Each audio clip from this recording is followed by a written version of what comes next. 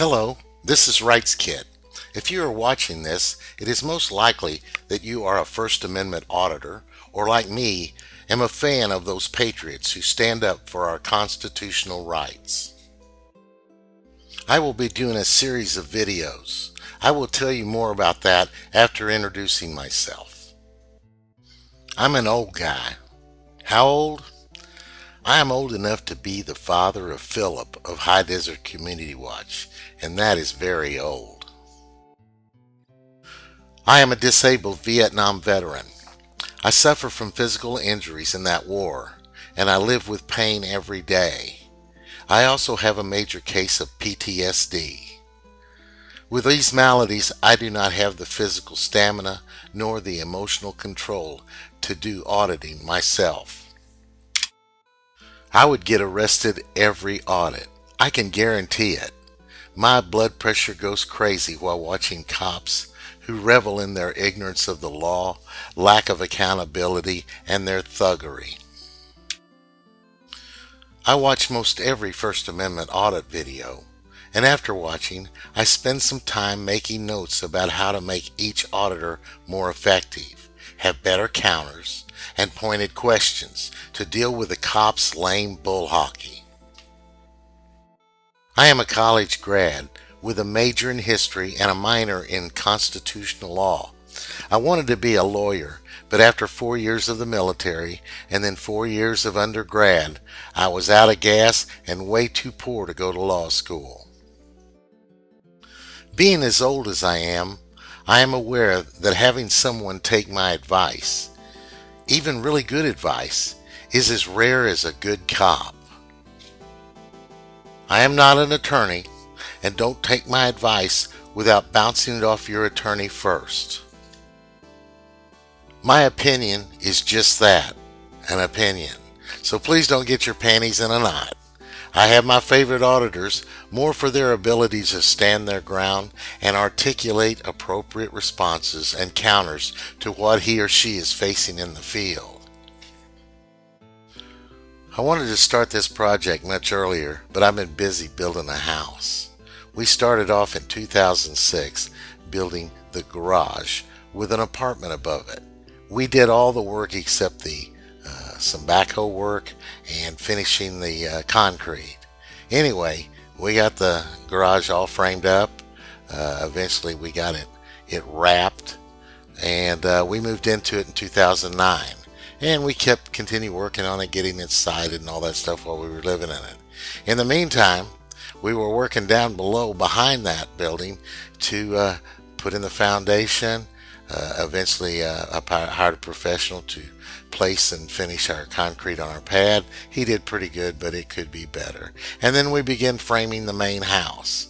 Wow, it's been a long road uphill. It took us 2 years to get the house framed, or the main house framed, and then we started trying to get a roof on it.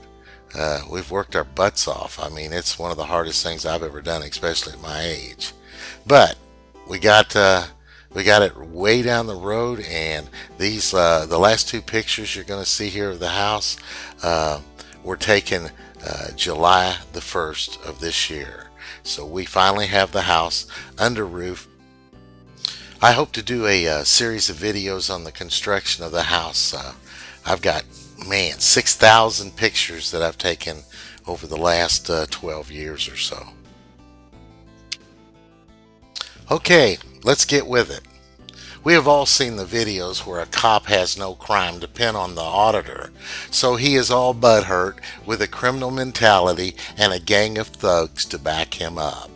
He is demanding the auditor's ID on the threat of a charge of failure to identify.